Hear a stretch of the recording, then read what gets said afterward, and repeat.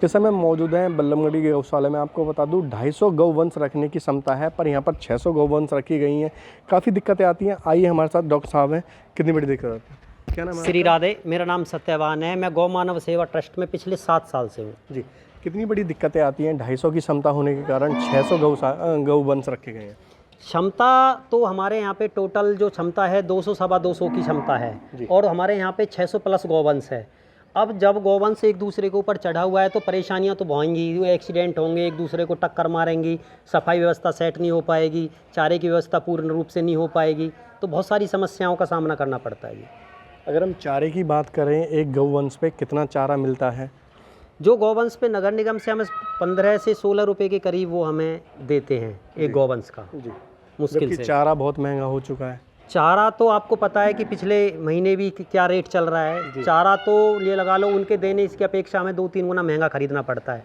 उसके लिए हमें जो हमारा मांगना पड़ता है, जो हमारे सहयोगी हैं, गौशाला के ट्रस्टी हैं, जो अध्यक्ष साहब हैं, वो इधर उधर जाते हैं, मांगते हैं, किसानों से भी, गांव इधर उधर से भी, तो चारा आता, चारे की व्यवस्था करते हैं, पर परेशानी तो भुगतनी पड़ती है।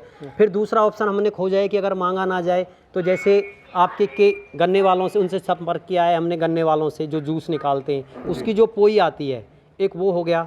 दूसरा जो केला गोदाम है उनके जो पत्ते आते हैं वो हो गए। उन दोनों को हम हरे में मिक्स करके उनको काट के वो चारे के रूप में देते हैं, तो उनसे हमारा काफ़ी हिसाब चलता है। अच्छा डॉक्टर साहब, हम व्यवस्था की बात करें और दवाइयों की बात करें या एम्बुलेंस की बात करें, कितनी व्यवस्था है एम्बुलेंस की और दवाइयों की? दवाइयों की व्यवस्था, दवाइयों की तो यहाँ गौशाला में कोई कमी नहीं है जी, क्योंकि हमारी सारी दवाइयाँ जो बगल में लाइफ केयर मेडिकोज एजेंसी है, वहाँ से हमारी सारी दवाइयाँ जो भी हमें ज़रूरत होती है हम एक तो ऑलरेडी स्टॉक करके रखते हैं और फिर दवाइयाँ हमारी आती रहती हैं ज़रूरत के अनुसार। एम्बुलेंस की बात करें तो अगर कोई गौवंश घायल हो जाए या बीमार हो जाए तो उसको रेफ़र करना पड़े।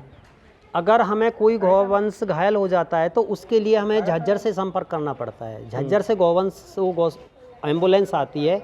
एम्बुलेंस आने के बाद ही झज्जर यहाँ से गौवंश जाता है। कई बार घायल अवस्था में ज़्यादा होता है तो कई बार रास्ते में ही एक्सपायर हो जाता है और उस एम्बुलेंस का हमें पेड सर्विस होती है, तो उसके हमें तेल का खर्चा भी हमें देना होता है।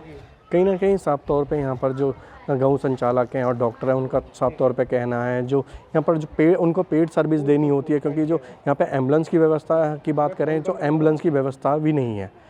प्रेम खान, दैनिक सवेरा, फरीदाबाद। इस समय मौजूद हैं बल्लमगढ़ी गौशाला में। आपको बता दूं 250 गौवंश रखने की क्षमता है, पर यहाँ पर 600 गौवंश रखी गई हैं। काफ़ी दिक्कतें आती हैं। आइए हमारे साथ डॉक्टर साहब हैं। कितनी बड़ी दिक्कत आती है? क्या नाम है श्री आपका? राधे। मेरा नाम सत्यवान है। मैं गौ मानव सेवा ट्रस्ट में पिछले 7 साल से हूँ। जी, कितनी बड़ी दिक्कतें आती हैं? 250 की क्षमता होने के कारण 600 गौवंश रखे गए हैं। क्षमता तो हमारे यहाँ पे टोटल जो क्षमता है 200 सवा 200 की क्षमता है और हमारे यहाँ पे 600 प्लस गौवंश है। अब जब गौवंश एक दूसरे के ऊपर चढ़ा हुआ है तो परेशानियाँ तो होंगी, एक्सीडेंट होंगे, एक दूसरे को टक्कर मारेंगी, सफाई व्यवस्था सेट नहीं हो पाएगी, चारे की व्यवस्था पूर्ण रूप से नहीं हो पाएगी, तो बहुत सारी समस्याओं का सामना करना पड़ता है जी।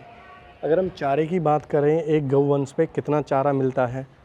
जो गौवंश पे नगर निगम से हमें 15 से 16 रुपए के करीब वो हमें देते हैं एक गौवंश का। जी, मुश्किल जबकि से चारा बहुत महंगा हो चुका है। चारा तो आपको पता है कि पिछले महीने भी क्या रेट चल रहा है। चारा तो ये लगा लो उनके देने इसकी अपेक्षा हमें 2-3 गुना महंगा खरीदना पड़ता है। उसके लिए हमें जो हमारा मांगना पड़ता है, जो हमारे सहयोगी हैं, गौशाला के ट्रस्टी हैं, जो अध्यक्ष साहब हैं, वो इधर उधर जाते हैं, मांगते हैं, किसानों से भी, गांव इधर उधर से भी, तो चारा आता, चारे की व्यवस्था करते हैं, पर परेशानी तो भुगतनी पड़ती है। फिर दूसरा ऑप्शन हमने खोजा है कि अगर मांगा ना जाए तो जैसे आपके के गन्ने वालों से, उनसे संपर्क किया है हमने, गन्ने वालों से जो जूस निकालते हैं उसकी जो पोई आती है, एक वो हो गया। दूसरा जो केला गोदाम है उनके जो पत्ते आते हैं वो हो गए। उन दोनों को हम हरे में मिक्स करके उनको काट के वो चारे के रूप में देते हैं, तो उनसे हमारा काफ़ी हिसाब चलता है। अच्छा डॉक्टर साहब, हम व्यवस्था की बात करें और दवाइयों की बात करें या एम्बुलेंस की बात करें, कितनी व्यवस्था है एम्बुलेंस की और दवाइयों की? दवाइयों की व्यवस्था, दवाइयों की तो यहाँ गौशाला में कोई कमी नहीं है जी, क्योंकि हमारी सारी दवाइयाँ जो बगल में लाइफ केयर मेडिकोज एजेंसी है, वहाँ से हमारी सारी दवाइयाँ जो भी हमें ज़रूरत होती है हम एक तो ऑलरेडी स्टॉक करके रखते हैं और फिर दवाइयाँ हमारी आती रहती हैं ज़रूरत के अनुसार। एम्बुलेंस की बात करें तो अगर कोई गौवंश घायल हो जाए या बीमार हो जाए तो उसको रेफ़र करना पड़े। अगर हमें कोई गौवंश घायल हो जाता है तो उसके लिए हमें झज्जर से संपर्क करना पड़ता है। झज्जर से एम्बुलेंस आती है।